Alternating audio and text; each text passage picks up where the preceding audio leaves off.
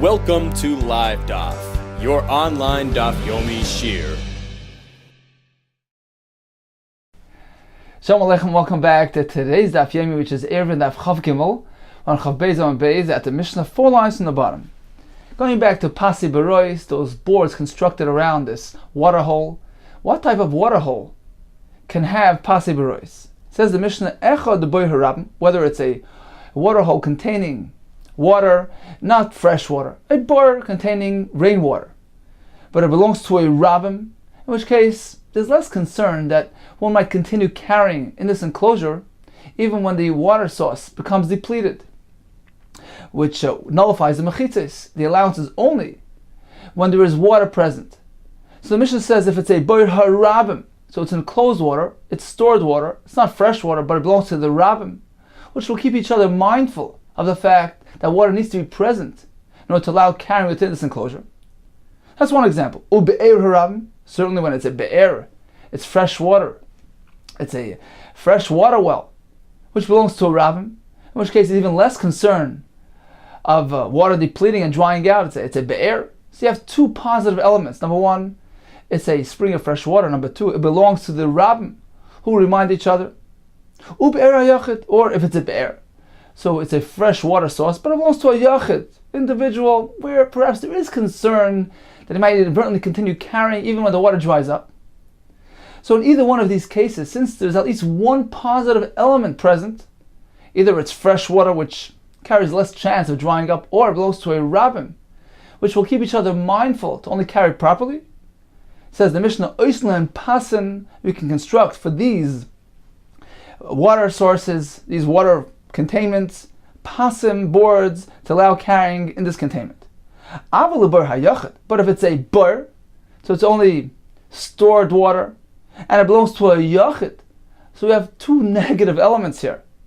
Number one, there's a good chance that this water supply might dry up, and number two, since it belongs to an individual, you might perhaps forget and inadvertently carry even when the water supply depletes. In this case, we cannot apply the pasin, rather we must make a proper mechitza. Oisan loy mechitza, kavay yutfachem, he needs to construct for this bar a mechitza 10 tfachim high, a proper mechitza to allow carrying. The very Rekiva. So Rekiva maintains at least one positive element needs to be present, either fresh water or belongs to a rabbin. Rabbi Baba Omer, he's more stringent. He says we need two favorable elements here. Ein oisan pasin, el be'er harabim belvad. Pasin can only be applied to a be'er. So number one, it's a fresh source of water, and it belongs to the rabbim, in which case they'll keep each other mindful to only carry when appropriate. So both these elements need to be present in order to allow the pasin to be used. It needs to be a source of fresh water and belong to the rabbim. Ulishar, and then you have the other water containments, oisin chagura gavaya sar tfachim, you make a chagura, some type of strap, some type of mechitza, which is a proper mechitza 10 tfachim high. You cannot apply Pasi Berois. Continues the Gemara. Amar Rav Yosef, Amar Rav Yudah Amar Shmuel, Halacha Rav Yudah ben Bava. The halacha follows the shita, which is that the only time pasin can be applied is if it's a be'er, so it's a source of fresh water, and also belongs to a rabbin. Amar Rav Yosef, Amar Rav Yudah Amar Shmuel, Lo yuhutru Pasi Berois. Pasi Berois can only be applied the ella lebe'er mayim chaim belvad, only if it's a source of fresh water, if it's a wellspring of water. So this seems to be a repetition. Both are statements of Rav Yosef, the name of Rav Yudah Amar Shmuel, and they seem to be merely repetitious. It says tzricha, both are needed. Because if he would have taught us ashmi'inan, that halacha is like Rav Yudah ben Bava, who says the pasan are only to be used by the be'er harabim. Perhaps I would say, when Rav Yudah ben Bava says be'er harabim, he didn't specifically mean it needs to be be'er harabim. Perhaps even if it's a boir harabim, even if it's just a containment of water, even rainwater, as long as it belongs to the rabbim, which will keep each other mindful, not to carry inappropriately, that's also fine. So why did he specifically say be'er harabim, which implies it needs to be a wellspring of water? It says Mahava Amina, I would say the rabbim, if it belongs to a rabbim, afilu mechunasim, even if it's merely a containment of rainwater, that's also fine. Because the overriding factor, the most important criterion, is that it belongs to the rabbim. Why then does he stipulate be'er harabim, which implies it needs to be a wellspring of water? Not necessarily so. It's only lafukim der Akiva. He's coming to exclude from Akiva, who tells us that if it belongs even to a yachid, where Akiva says even if one positive element is here, so if it's a be'er, if it's a wellspring, even if it belongs to a yachid, that's fine, because there's less chance of the water drying up when it's a natural source of water. That's Rabbi Akiva's shita. Now Yehuda ben Bava is contrasting that. He's saying, no, I disagree. A be'er can only be fine if it belongs to the rabbim. But realistically speaking, he would allow even by a boyer rabbim. The most important criterion is whether it belongs to a rabbim or not. So even a boyer, which is merely a storage area of water, if it belongs to the rabbim, that's fine, because according to him, the determining criterion is rabbim. Kamash Malan. So therefore, Rav Yosef needs to quote Rav Yehuda ben Shmuel, who tells us in the second statement, not only do we follow Rav Yehuda ben Bava's shita, which perhaps can be misconstrued to be applied even to a boyer rabbim, he comes and teaches us, no, the loyhuchu pasiberois elul ber mayim chayim. Pasiberois are only allowed to be used if it's a be'er of mayim chayim, a wellspring of fresh water. Now, if only from that second statement, says the Gemara, if only for that second statement, perhaps I would say, that is the determining factor. It's a wellspring of water. It's not the rabbim, it's not the yachid. It's irrelevant whether it belongs to the rabbim or the yachid, because the overriding factor is that it's a wellspring of fresh water, in which case the chances of it becoming depleted and dried out are very, very small. There's no concern of carrying, even when there's no water. So perhaps that's what I would say. That if it's a be'er, it can belong even to a yachid. Kamash malan. Therefore, Rav Yosef in the first statement tells us halacha k'yidum bava, that indeed it needs to belong to a rabbim specifically. So in summary, the halacha follows Rav Yehuda ben Bava, who requires both elements. Number one, it needs to be a wellspring of water. Number two, belongs to a rabbim. So in summary, regarding applying the pasim, Rav Akiva maintains even if there's one positive element, that's okay. When it's a be'er, a source of water, whether it belongs to a rabbim or yachid, that's fine. When it's merely water contained, but not a fresh source of water, it's a bur. When it belongs to a rabbim, that's okay, because they'll keep each other mindful to carry only appropriately. Rabbi Bava tells us both elements are required. Number one, it needs to be a be'er, a fresh source of water. Number two, it needs to belong to a rabbim. Continues the Mishnah. Now we're going to proceed to the halacha of a makim shleihukaf l'dira. This was discussed several times so far, and this upcoming Mishnah Gemara is actually going to be the source of this discussion. A makom shelo hukaf l'dira means a place which was not enclosed for the sake of dira, of residing in it. It's a non-residential enclosure. So it's lo hukaf, it wasn't surrounded and enclosed, l'dira, for the sake of residing, for the sake of a proper residence. We learned that the maximum size allowed for this enclosure is only beis sa'ah sayim, an area which you can plant 2 sa'ah of seeds, which is actually taken from the size of the chatzar mishkan, the courtyard around the mishkan, which also contained this area. It was this size, was 100 ames long by 50 ames wide, and that also was a makam which was not really hukaf l'dira. It was a non-residential enclosure. The Chacham maintained that if you make a makam which is lo hukaf l'dira, it can't be too large in size. Otherwise, it closely resembles a open, unfenced area, like a field, like a forest, like a karmel, like a Rosh Hashanah. Therefore, only if it's small in size, small enough, where it can be viewed as something which is designated for personal use, then we consider this place as Rosh Hashanah, and it can carry within it, even though it was lo hukaf l'dira, it was not surrounded and enclosed for the sake of dira, of a residence. And this share was taken from the Chatzar Mishkan, which sets the limit at this size of 2 sa'ah. So if it's up until this size, it's fine, considered to be an area for personal residence, personal use. But if it's larger than that, you cannot carry in it. So the term which is going to be recurring over and over again is hukaf l'dira, meaning was enclosed for the sake of residency of dira, in which case there's no limit to the size. You can enclose even a huge area, can have a huge house, a huge courtyard. If it's considered to be hukav l'dir, that's fine. But if it's lo hukav l'dir, not surrounded for the sake of dira, of residency, it's considered to be like close to a carmelis, and therefore only if it's small enough in size, in which case it appears like it's designated for personal use, then you can carry within it. And what is that shear? The shear of 2 sah, which is 100 amas by 50. Continues the Mishnah. I'm going to discuss the size of this lo hukav l'dira. We're going to discuss what element needs to be present to allow carrying within it. And we're also going to discuss the configuration, the shape of this makkah. So these 3 topics are going to be discussed in our Mishnah. Says the Mishnah, V'oid, in addition, Amar Vidu and Bava. So this is in addition to the Shita of Vidu and Bava mentioned in the previous Mishnah. He tells us another halach. Hagina, a garden, V'karfif. Karfif is a storage area. It's a non-residential area. It's lo hukav l'dir.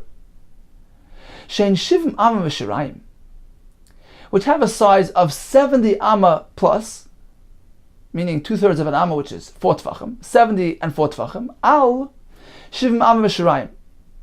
So it's 70 and 2/3 amma by 70 and 2/3 amma, which is exactly the size of the Chatzar Mishkan, which was 100 by 50. If you square it, you come out with this number. So if this area is just small enough in size, which appears like something designated for personal use, Hamakaf is Geder, Gavayasar Tfachim. So these places are surrounded with a fence, 10 Tfachim high, Proper Mechitza, Metalton Besoicha, you may carry within them. So that's number 1. It needs to be properly sized. Number 2 says Rabbi Yehuda ben Bava Achidish. We need to have an additional element which gives it an appearance, some semi-resemblance of a residence. Provided that in this enclosed area we have a sheimira, which is a guard's house, guard's booth, or some type of apartment, some type of dwelling. So although the owner only comes there occasionally, this is sufficient to provide this enclosure with a status of a semi-residence. Or at least it should be within the tchum of the city, which designates it for personal use, and therefore we can carry within this non-residential area.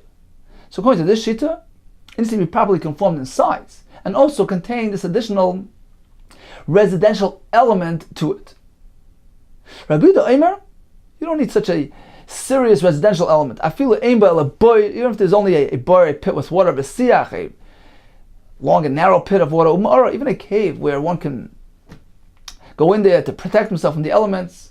So even this less significant element of residency allows this enclosed area to carry within it. Metalton b'seicha, one can carry within it. So according to Rabbi Yehuda, you don't need such a prominent element of residency like the Shemero Beis Dira. Even a Bar Seicha provides that allowance, gives it that at least semi-residential flavor, which allows carrying. Rabbi Kiva Omer, none of the above are necessary. Even if none of these are present in this enclosure, you can carry within it, provided that has the proper size. That the area enclosed is 70 and a bit by 70 and a bit. According to Rabbi Kiva, as long as the size conforms, no additional elements are necessary.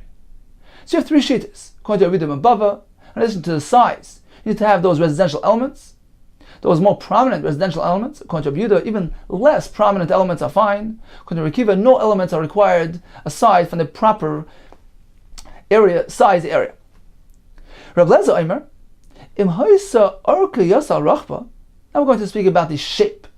So he says if the arka, the length, was greater than the rachba, Yasal Rachba, meaning it was a rectangle rather than a square, Afilu Ama'achas, even if it was longer than square, meaning it was a bit longer than the width, even 1 amma. So it's not a perfect square, one cannot carry within this. We're going to see in the Gemara the source for this halach. Rabbi Yehuda, no, Afilu Orka Bishnai Barach. Even if the length is twice as much as the width, meaning it's a perfect rectangle, you can carry within it. Concludes the Mishnah. Amar B'loi, Shemati Rabbi Lezer, I heard from Lezer 3 halachas. Number 1, this makom shalayukav ladira can be even large in size. Even if it contains an area of base core, you can plant 30 sa, it's fine. There's no limit of 2 sa. In addition, I heard from him as follows: you have people living in a courtyard which requires them to make erev chatzeris, to carry along the area. Now, one fellow didn't take part in the erev. He forgot or whatever. Now, there's another option, another way out. He can be mevatel his rishus. He can surrender his usage, his allowance of usage in this chatzar, sort of give it over to them. And this is matir the chatzar b'tzilta. So as this person was mevatel his rishus, what happens? Beisai also malachnes uloitziloi. He cannot carry in and out of his house, because if he does that, he's going to be taking back his rishus. But they can do so. It's going to be discussed in the Gemara later. This is another chiddush that I heard from Rabbi Lezer. Number 3, v'chein shemati menu. I also heard from Rabbi Lezer regarding Pesach, regarding Maror. Sheyotzin bar kivalon bet Pesach. One can eat this arkivalon plant, which grows around the palm tree, use it as Maror for Pesach. Concludes Rabbi Loi, v'chazarti al kol talmidav. I made my rounds amongst all the talmidim of Rabbi Lezer. I was searching for a friend, somebody who concur with me that Rabbi Lezer holds these things, but I haven't found. Rashi explains that they disagreed with him on all 3 accounts. So when it comes to the makom shelo ladira, you are limited at 2 sa. When it comes to the chatzar there, even they can't use his house. And when it comes to the maror, they held this was not appropriate and suitable for maror. Continues the Gemara. So we began the Mishnah with the word v'oid. Additionally, said Yeridum and Bava regarding the gina v'karfev, etc. Says on my Tana, the Tani v'oid. What was learned previously regarding this concept of a makam shelo ladira, which made it appropriate for the Tana to begin his mission with the word v'oid? What was he coming to add? Where had we discussed this concept previously? My Tana, the Tani v'oid. Ilem, are you going to say Mishum the Tana lechad l'chumra? Because in the previous Mishnah, Yehudim Abba gives us a halacha l'chumra. This was regarding limiting the pasei b'rois only to the be'er harabim. So since he had stated one halacha l'chumra, uktani achriti, and now we have another chumra in the name of Rabbi Yehudim Abba, which is that the makom shelo ladira needs to have that shemeiro beis dira. Since we have 2 chumras consecutively, Mishum Hachik Tani V'oid. That's why the Mishnah introduces with the word V'oid, even though they're 2 unrelated topics. Is that the reason? Says the Gemara. It won't work. Why? B'har Rabbi Yehuda, the Tana Lechad L'chumra.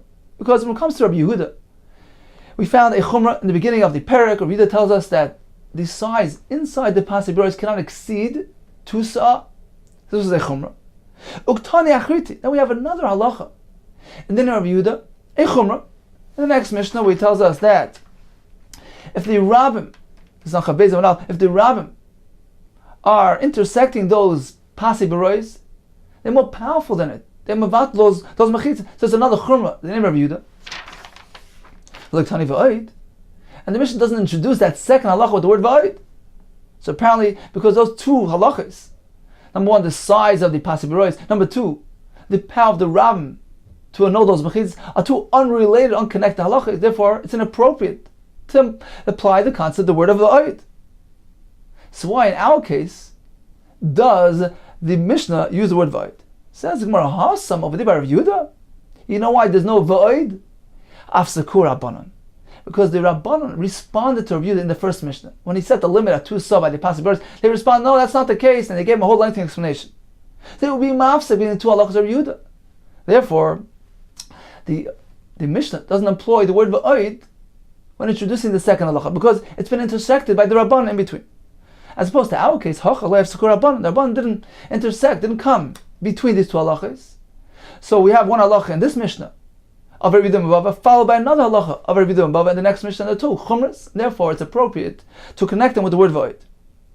Says Rav Chalecha, Afsakur Rabbanon, like Tani v'oid. Whenever the Rabbanon intersect, we don't apply the word v'oid, even though there's reason perhaps to connect the 2 things. V'har Rabbi Lezer the Sukkah. Daf Sukkah Rabbanon, we find in a Mishnah Sukkah, Rabbi Eliezer begins with one halacha, and the Rabbanon respond and disagree, and then Rabbi Eliezer follows with another halacha. So although there was a hefsek, the Rabbanon intersected, uktani v'oid, the Mishnah does begin the second halacha of Rabbi Eliezer with the word v'oid, despite the fact that they were separated by the Rabbanon. So why would it be different here? Says the Gemara, there's a difference. Hasam b'milsei hudav sakor. When it comes to the Mishnah Sukkah, their response to Rabbi Eliezer there was on topic. They were relating to his subject. They responded to what he was saying. They didn't divert their words elsewhere. Therefore, it's not considered to be a proper hefsek. And we can consider both halachas of Rabbi Eliezer as one continuous discussion, and therefore we apply the word va'oid to introduce the second one. As opposed to our Mishnah Eruvin, hacha, b'musa achriti afsakor.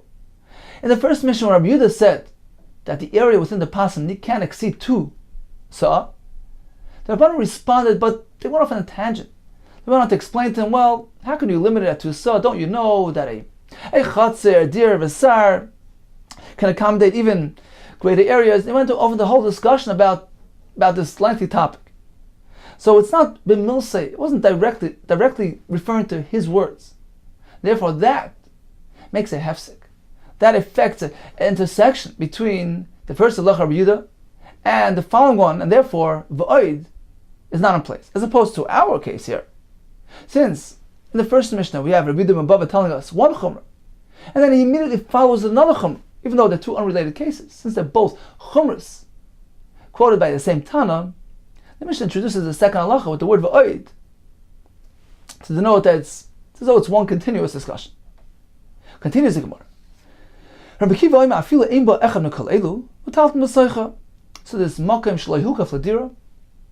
Rabbi Kiva maintains we don't need any of these elements that Rabbi Yehuda ben Bava mentioned. We don't need the shemeira, the beis dira. We don't need any of them, because as long as it conforms to the proper size, that's considered to be designated for personal use, and one can carry within it. Sounds like more Rabbi Kiva Tanakama. This statement of Rabbi Kiva seems to be a mirror statement of the Tanakama, who holds likewise that there's no requirement to have all these things in a Malkam Shalokal Adira. Rashi points out that the Tanakama here is back in the beginning of the Perek, where the Rabbanan disputed Rabbi Yehuda's limit of the Beis Asayim by the Pasim, and they went on to explain, well, the halacha Beis Asayim only applies to a non-residential enclosure, etc. Now, it seems that all they require is a size, no more than that. So Rabbi Kiva here, who holds that the size is the exclusive determining factor, no more is necessary, he seems to be merely repeating the Tanakama statement. Rabbi Kiva and Tanakama says, now there's some machlokes between them. Davar muat, a small amount of area. Means like this, that if we take a look at the Chatzar Mishkan, which was 100 amas long by 50 amas wide, and you go ahead and you square that, it's going to result in each one of those sides being 70 amas, plus 2/3 of an am, which is 4 tefachim, plus just a little bit, less than a finger width. So technically speaking, you can have a bit more than 70 amma and shirayim, which is the 2/3. You can have a bit more than that, which equals the exact size of the Chatzar Mishkan. So this will be the point of contention. The Tanya, as we learned in the Brayso, Rida Imer, Davar Muat Yesh, Al Shiv Mama V'Shirayim. There's a bit more that technically can be allowed, can be added to the Shiv Mama, 70 Amma V'Shirayim, which is referring to the 4 Tefachim. A bit more than that, which equals exactly the dimension of the Chatzar Mishkan. Chacham did not stipulate this extra amount, but certainly one can go ahead and add that to the total amount. V'shkama shir, so sign Chatzar Mishkan. What is the shir of this Makom Shalokal Adira? It's so like the Chatzar Mishkan, and therefore it can accommodate exactly the shir of the Chatzar Mishkan, which is 70 and 4 tefachim plus a little bit more. So this will be the shita of the Tanakama, whereas Rabbi Kiva holds that you can only have 70 and 4 tefachim. That little extra we don't allow, perhaps because it doesn't equal a tefach. To avoid confusion, we give him a shear of amis and tefachim, and no more than that. And this is what Rekiva said in the Mishnah. You can use this area provided that it's shivim amma v'shirayim, al shivim amma v'shirayim, implying 70 and 2/3, but no more than that. So it's this little bit which will be the point of contention here. Continues to go on, Menana Mili. How do we know this whole concept that the Makom Shlukav Ledira is meant to conform in size to the area of the Chatzar Mishkan? Amar B'Yehuda Damakra, Oirach HeChatzer. The length of the Chatzar Mishkan, was Mea Ba'ama, 100 amas long. V'roichav Chamishim B'Chamishim. Its width was 50 by 50. We learn from here, there's actually a smachta. It's a support to the concept. The pasuk Chamishim B'Chamishim, what's it coming to tell us? We know that the Chatzar was 100 amas long. What do you mean 50 by 50? It's coming to indicate something. Amr Torah, Torah Chamishim. Cut off 50 of the length of the Chatzar, V'savev Chamishim, and distribute it around the other 50, which will give you an area of 70 and a bit by 70 and a bit. And it's coming to teach us that elsewhere we want to apply this shear. This is a formula to be applied to any makim which was lo yilkaf ladira, and this is the proper size that limits that enclosure. And actually we can learn from here as well that the makim shilukaf ladira needs to be exactly square. As the pasuk is telling us, take the 50, surround the other 50 and create a square. And indeed we're going to see soon that this is the sheet of Rabbi Kiva, that the chatzar shlukav ladira, the makom shlukav ladira, needs to be exactly square shaped, just as the Torah here is indicating. Perhaps the point of square is that it appears like a proper size. One can discern the square area, square footage, when it's squared, but if it's long, it's difficult to determine, so it can lead to confusion. So in any case, this is the support, the asmachta for the concept of the total size, and also, according to some shittas, that needs to be actually squarely configured. It says about Pashid the Krov Maiksiv. Okay, this was a limud, a drasha, but what was the actual Pashid Pshat, the simple meaning of the pasuk? When the pasuk says, Roichav Chamishim B'Chamishim, the courtyard was 100 by 50. So what does this mean? Amar Abaye, the Torah is telling us where to put the Mishkan. We're meant to place it within this courtyard. Hamid Mishkan al Sfas Chamishim. Place the actual Mishkan at the edge, at the beginning of the next 50, meaning you're going into the entranceway, you're passing 50. 50 is meant to be empty. So at the beginning of 50, at the end of 50, past the entranceway, that's where you meant to place the Mishkan. Now the Mishkan is situated lengthwise along the length of the Chatzar. The Mishkan was 30 amas long and 10 amas wide. So how much does this leave you on each side of the Mishkan? So you have 50 amas clear in front of the Mishkan, from the entranceway to the Mishkan, from the entranceway to the Chatzar to the Mishkan, and leaves us 20 amas on each side. So you place it 50 amas into the Chatzar, so that first 50 is empty. The Mishkan is 30 amas long, leaving us another 20 amas of empty space until the other side of the Chatzar. Since the Mishkan was 10 amas wide, it gives us 20 amas on each side to complete the width of the Chatzar, which was 50 amas. Continues the Gemara. If the Makom she'eina hukaf ladira was 70 amas, so as far as the total area, the total size, it conformed, but it was configured not as a square. It was arka yasar rachba fila ma'achas, even a bit off, a bit longer than square. You cannot carry. V'atanya, how did we learn in the Brayso? Lezo Eimer, there's no concern. Im ha'isa arka yasar pishnai berachva. Let's say it was very long. The oirech was greater than twice its width, afila machas, even if it was greater 1 amma, then twice the width. You can no longer carry within it. Meaning, the longest it can be is when the length is twice the width, which is like the Chatzar Mishkan, which was 100 by 50. So as long as it conforms to that configuration, it gives the appearance like the Chatzar Mishkan, one can carry within it. So we see it doesn't need to be a square, even a rectangle is fine. There's no kasha. Let's reinterpret the Mishnah. What was learned in the Mishnah as well is also referring to this concept. Mishnah says it can't be an amma longer than wide. It meant an amma longer than when an amma longer when the length is twice the width. Meaning, for instance, it can't be 151 by 50, but 100. It can't be 101 by 50, because in this case, the length will be more than twice its width. But if it's 100 by 50, that's fine. Exactly the way Rabbi Lezer tells us in the Bryce. Says Gemara, if that's the case, Rabbi Lezer holds that it could be a perfect rectangle. Hein Rabbi Yosi. This is exactly what Rabbi Yosi tells us in the Mishnah.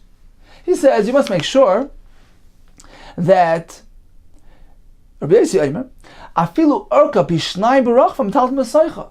Even if the oirach is twice as long as the width, meaning it's 100 by 50, you can carry within it. So Rabbi Lezer is saying the same exact as Rabbi Yosi. Says Ma'iki b'nai, you know what the difference will be? Ribua, the Ribua Rabbanan. The square that the Rabbanan squared, meaning we discussed earlier that the pasuk of the Mishkan seems to tell us that the Makam Shulchal Vadira needs to be specifically configured as a square. So Rabbi Yosi will maintain, l'chatchila, preferably one is meant to configure his Makam Shulchal Vadira in this configuration, this shape. It's meant to be a square. Just as we learned from the pasuk. Perhaps it gives the appearance of the proper shape, which is discernible from the square. One can easily tell how large it is. But l'chatchila, that's how you're supposed to do it. B'di'evet, certainly, even if it's a perfect rectangle, it's 100 by 50, it's fine. But Rabbi Lezer says just the opposite. L'chatchila, it should be a perfect rectangle, 100 by 50, which resembles the Chatzar Mishkan. So, since it's similar to the Chatzar Mishkan, and the Chatzar Mishkan was perfectly fine for Tiltal, so one is meant to have his area resemble that Chatzar, which gives it that residential flavor to it. It gives it an appearance of a Chatzar. It's like the Chatzar Mishkan. So it's considered to be like a Malkam Dira. But the Dieva, certainly Rabbi Lezer would agree, even if it's not 100 by 50, it's more like a square, even like a square itself, then that's fine. So the difference is very minor. All agree that a square is fine and a rectangle is fine. But the question is, what is the preference? According to Rabbi Yosi, prefer a square. According to Rabbi Lezer, just the opposite, prefer a rectangle. Rabbi Yosi Amevachul. Itzma, we learned, Amar Rabbi Yosef, Amar Rabbi Mishmul. Halacha Rabbi Yosi. The halacha follows Shittas Rabbi Yosi, who doesn't necessarily require, he doesn't consider it to be absolute requirement to have this area as a square. Rabbi Bibi Amar Rav Yehuda, Amar Shmuel, halacha Rabbi Kiva. The halacha follows Rabbi Kiva, who does not require any additional residential elements to be contained in this enclosure. You don't need a shemera, a beis dira, a dwelling. In contrast with Rabbi Yehuda ben Bava, who required it. But Tavai Lekula, both conclusions here, number one, that we follow Rabbi Yosi, number two, Rabbi Kiva, are both applying Kula's leniencies. Utzricha, both are necessary. The Yashminan, Halak Rabbi Yosi. If you would only teach us that halacha follows Rabbi Yosi, that square is not an absolute requirement, however, perhaps I would say, fine, you don't need to be square, but ad ika shemer beis dira is only suitable for carrying if it has the booth or the dwelling, which contribute that residential element to it. Kamash malan, therefore he teaches us halacha Rabbi Kiva, who does not require any of these additional features. V'yashmina halacha Rabbi Kiva. If you don't tell us the halacha follows Rabbi Kiva, perhaps I would say fine, you don't need these additional elements. But what type of shape is required? The orich v'katan loy, if it's long and narrow, meaning it's a rectangle, that's not suitable. Because Rabbi Kiva maintains that it needs to be perfectly squared. So perhaps I would think a square is an absolute requirement. Kamash malan, Rabbi Yosi, therefore he teaches us that halacha follows Rabbi Yosi, who tells us even if it's not square, it is fine. So in summary, one may carry within a karfev shlukav ladira, this storage area that was enclosed for a non-residential purpose, provided that it conforms to the following requirements. So number one, let's discuss the elements that need to be present in this enclosure. Rabbi Ben Bava maintains it needs to have a shem meira, a gar booth, or a beis dira, a dwelling, or it has to be within the tum of the city, in which case it attains some sort of residential status and element to it. Rabbi Yehuda says even a boir siach hamara are sufficient. Rabbi Akiva maintains none of these elements are required to be present in this enclosure, as long as it conforms to the proper area size. Now regarding the size of the area, we have machlokes. And the comment says it can be 70 amma and 4 tfachim plus a little bit, by 70 amma 4 tfachim plus a little bit. Rabbi Akiva says we ignore that little extra bit. It needs to be 70 and 4 tfachim by 70 and 4 tfachim. Regarding the actual shape of this area, Rabbi Akiva says a square is an absolute requirement. Rabbi Eliezer says l'chatchila, it's actually meant to be a perfect rectangle like the Chatzar Mishkan. According to Rabbi Yossi, l'chatchila, it should be square, but the Eved, it is kasha even if it's not square. Continues the Gemara. Karfev shu yoser from beis hosayim. If we have a storage area which is larger in size than 2 sa, shu kafla dira, but it was constructed and enclosed for the sake of dira, of residency. For instance, a person's home has a Pesach entranceway to this karfev, so this enclosure is perfectly fine, although it's large in size, but it's for the sake of residence. So what happened? Nizra rubai. Let's say most of it was planted with vegetables and seeds. Hareyu kegina v'aser. It attains the status of a gina. It's like a garden. And it's no longer suitable for dira. It's not a place of residence, and therefore you cannot carry throughout this enclosure, since it's an enclosure which is a non-dira enclosure and larger than 2 sa. Nita rubai. Let's say most of it was planted with trees, which provide shade and shelter and have residential value. Hareyu kuchatzer mutar. We regard it like a front yard. It's a mokim dira, and you can carry throughout this area despite its large size. Explains the Gemara, Nizra rubai. If most of the area was planted with vegetables, for instance, we say it's aser. Amar of Huna, Bereder of Yeshua lo yamar. This is only a concern Ella yosim beis hosayim. If the planted portion of this area encompasses more than 2 sa, in which case it's a mokim, a non-dira mokim, non-residential place, which is larger than 2 sa, which is aser, and therefore you can't carry in the planted area, nor can you carry in the unplanted area as well, which is open and exposed, breached, so to speak, to the planted area, which is aser. We know that whenever we have one area which is open to another area where you cannot carry, that area which is aser b'tiltal interferes with the first area, and you cannot carry in that area as well, unless they separate from each other to create a mechitza between them, which allows the other portion b'tiltal. But if they're both exposed to each other, then the place which is aser interferes and actually affects iser on the entire area. So Ravuna tells us if the planted area is greater than 2 sa, in which case it's a mokim shelo yukaf ladira, which is larger than 2 sa, you cannot carry there, and therefore you cannot carry in the entire enclosure, even in the unplanted portion which is exposed to this area. Aval beis hosayim mutar. But if the planted portion only encompasses 2 sa, which is the limit, which is perfectly fine, even for a mokim which is not dira, then you're fine. You can carry there, and you can carry in the entire karfif, even in the unplanted portion as well.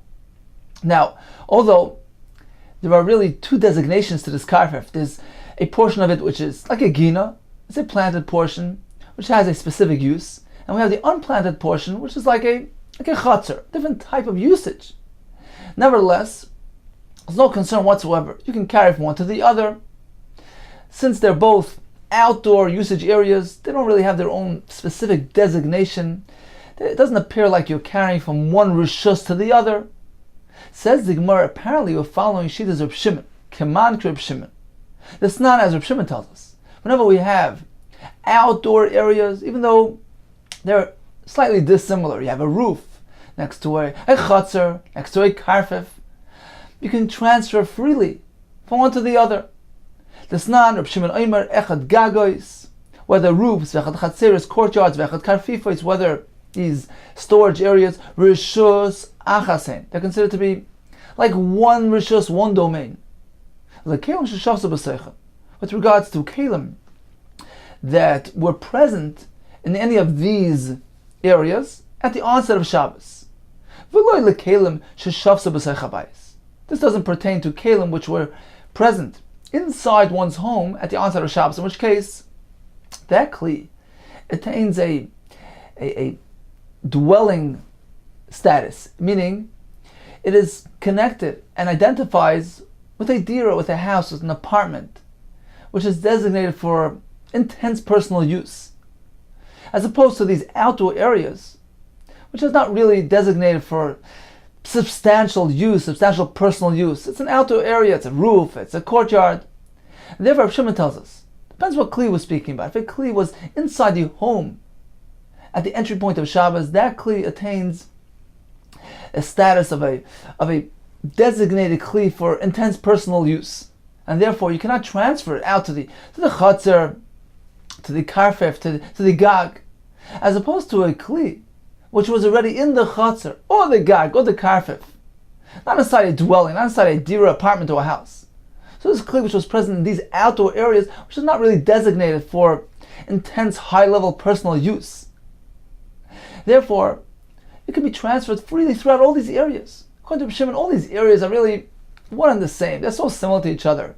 They're not really houses, not really apartments. They're outdoor usage areas. Therefore, they don't have that prominence and chashivas. We should go ahead and separate between this type of usage and that type of usage. Even though this is a roof, this is a courtyard, this is a storage area, we connect them all, regard them as one and the same, and you can transfer freely from one to the other. As opposed to the Chacham who maintain, you cannot transfer a kli from a gag to a chatzar, because each one has its own designated use, each one has its own identity, and therefore it appears as though you're transferring from one rishus to the other. This can lead to a person transferring from rishus yachad to rishus rabbim. That's Shittas Chacham. Apparently Rav Huna, Beit Avishur, tells us, let's get back to our karfef, which was planted, mostly planted with vegetables, for instance. He says there's no concern provided the planted area is 2 sa or less, in which case, although it's not hukaf ladira, because it's vegetables, but if it doesn't exceed the limit of 2 sa, then you're okay, you can transfer there. And there's no concern transferring there, carrying there, or carrying throughout the unplanted area as well, which is exposed to this planted area. Why? Because they don't interfere with each other. You can transfer from one to the other, the planted to the unplanted and vice versa. They're both considered to be so similar to each other, the outdoor areas. So according to Reb Shimon, they're classified together, they're categorized as one type of rishus, and they don't interfere with each other. So apparently Rav Huna Beit Avishur is following Shittas Reb Shimon, whereas according to Rabbanan, since these two areas, the planted and unplanted, are considered like two separate types of areas, they have two types of designations. We have the planted area, which is like a gina, a karfef. We have the unplanted, which is considered like a courtyard, like a chutzah. So they're classified as two different types of categories of rishuyos, and you cannot transfer from one to the other. Therefore, one would not be able to carry even in the chutzah on its own, and the planted portion on its own, because they're both exposed to each other. And since you cannot transfer from one to the other, when they're exposed to each other, they interfere with each other. You cannot carry throughout each individual rishus unless there's a mechitza between them that separates them, designates them as two separate rishus, protects them from each other, so to speak. And only then can you carry throughout each rishus. So again, Rav Huna Beit Avishur tells us that if the planted portion only encompasses an area of 2 sa, there's no concern with carrying throughout this whole entire karfef, the planted and the unplanted alike. He's following Reb Shimon, who does not differentiate between two different types of outdoor areas. Continues the Gemara.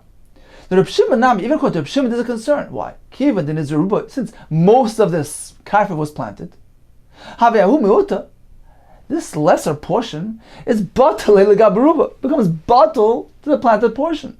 Vahavale karfef, yoysim beisosayim va'asa. This results in creating a karfef, a planted karfef, a non-dira karfef, which is greater than 2 sa. Let's take a look on Rashi on top line. It says Rashi, batal legabaruba. If it's only a small portion which is left unplanted, it's batal to the rest. Vavikilu nizaru kuloi. There's all the entire area is planted. Vahavale karfef yoysim beisosayim. So we have a storage area, a karfef, a planted karfef, greater than 2 sa. Now, although initially This area was constructed for the sake of dira, but now once it's been planted, it transforms it into a non-residential enclosure. Chashav k'lo yukav l'dira. Why? Dehavi k'le gina. It's entirely a garden. Ubegina lo mahani yukav l'dira. Since it's a gina, the fact that initially it was enclosed for the sake of dira, it was just transformed into a garden. That's a non-residential entity. Therefore, says the Gemara, once you planted most of the area, this small area becomes batal, becomes nullified. It says, the entire area is planted. How can we allow carrying anywhere throughout this enclosure? The entire area becomes a gina. It becomes a non-residential enclosure, which is greater than 2 sa. Says on the second line, Ela itmar hachi itmar. Rather, the correct version of Rav Huna ben Yeshua's interpretation is meant to be as follows. Ha miyuta shari. So the Brisa tells us that if most of the area is planted, you cannot carry. That's correct. You cannot carry throughout the entire enclosure, even at the unplanted portion, because it's batal. But ha miyuta shari. But if just a small portion, a lesser part of this karfeh was planted with vegetables, then you're okay. On that we have Rav Huna's explanation. Rav Huna, that is only said, meaning the allowance to carry, when only a lesser portion was planted. That's only said Ela de lo yahave beis hasayim. If that portion equals less than 2 sa, in which case it's not really a significantly planted area. Aval beis hasayim asur. But if that planted portion is 2 sa, it's asur. Why? Because once it's 2 sa, it's a prominent sized area. It's considered a karfef, which is lo yukav l'dira, but it's still fine because it's only 2 sa. But the problem will be, now we have one large enclosure that contains 2 different types of areas, of usage areas. We have the karfef portion, the planted portion, which on its own wouldn't pose a problem because it's only 2 sa. But next to it we have an unplanted portion, which is like a chotzer. So they're serving 2 different purposes. They have 2 different designations, 2 different usages. According to the Rabbanan, one cannot transfer from one type of area to the other. And therefore, since they're both exposed to each other, they interfere with each other. Says the Gemara, Keman ki Rabbanan. Apparently he's following Shittas Rabbanan, who have this concern. Continues the Gemara, Rav Yirmiyah b'difti, masni l'kula. He had a more lenient version of Rav Huna ben Yeshua's interpretation. He's actually following Shittas Rav Shimon, who's not concerned about transferring throughout various outdoor areas. And it's going as follows. Let's get back to the Brisa. We have this large karfef, which was planted. So the Brisa says if it's mostly planted, then it's asur. It becomes a gina. Ha miyuta shari. But apparently if only a lesser portion of this place was planted, then you're okay. Amar of Huna, Breda v'shua lo yamar. This is only allowed ela beis hasayim. If the miyut that was planted with vegetables, which turned into a mokim shelo yukav l'dira, encompasses the area of 2 sa'ah, in which case you'll have to carry there, and you can carry in the rest of the enclosed area as well, even in the chatzar portion. There's no concern here, because although they're 2 separate types of areas, they don't interfere with each other. But if the planted portion is greater than 2 sa'ah, then it's a makam shelo yukav l'dira, which is larger than the allowance of 2 sa'ah, so you cannot carry it there. And that results in an issur on the entire enclosure which is exposed to this area. But getting back to the first clause of Rav Huna ben Yeshua, so if the planted portion was only 2 sa, which is within the limit, then it's okay. Keman ki Reb Shimon. Apparently he's following Reb Shimon, who allows transferring freely throughout outdoor areas, planted, unplanted, chatzar, or gina, is no concern. Therefore, in this case, if the planted portion is only 2 sa, which is within the limit, so although this enclosure contains now 2 different elements, planted, which is like a gina, like a karfef, and the unplanted, which is like just a courtyard, different type of use, there's no concern whatsoever. Okay, in summary, we learned about a karfef which was larger than 2 sa, which was actually enclosed for the sake of dira. Then we had some developments here. Nizra rubai. Most of the area is planted with vegetables. It turns into a non-residential enclosure, and you cannot carry throughout the area. Nita rubai. Most of it was planted with trees. These have residential value, and therefore it retains its dira status. What if a small portion of this karfef was planted with seeds? So in a case where it's less than 2 sa, there's no concern whatsoever. We know that a makom shelo yukav l'dira can be 2 sa or less. Now, if it's larger than 2 sa, certainly it's asr, according to all shittas. That exceeds the limit. What if it's exactly 2 sa? According to Reb Shimon, it's mutter. Because although right now we have 2 different types of areas in this enclosure, we have the planted portion, we have the unplanted portion. Since they're both outdoor areas, there's no concern with transferring from one to the other. They don't interfere with each other. And therefore, one can carry throughout this entire area. According to Rabbanon, being that we have 2 different types of usage areas here, it is also to carry throughout this enclosure. Okay, time for a brief review of today's daf. We began with Oisen Paslan Berois, the boards that are constructed around the Be'er, which are only valid when there's actually water present there.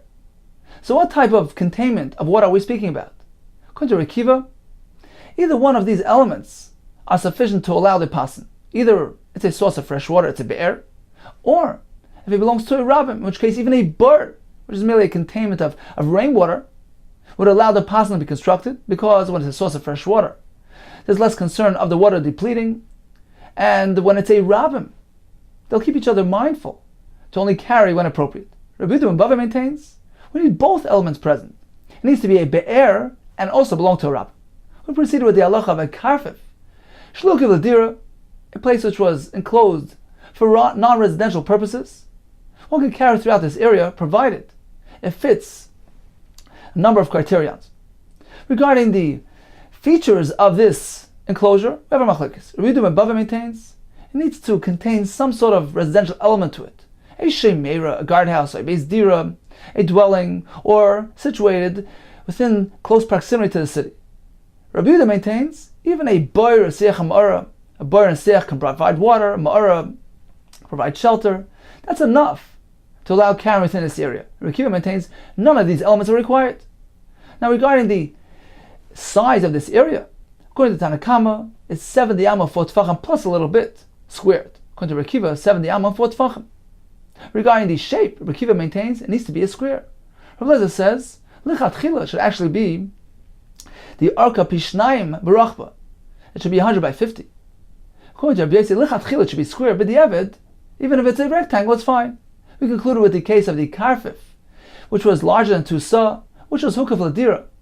So we said if it was planted with trees, which have residential value to them, you can carry throughout this area. If it was planted with seeds, all depends on the situation.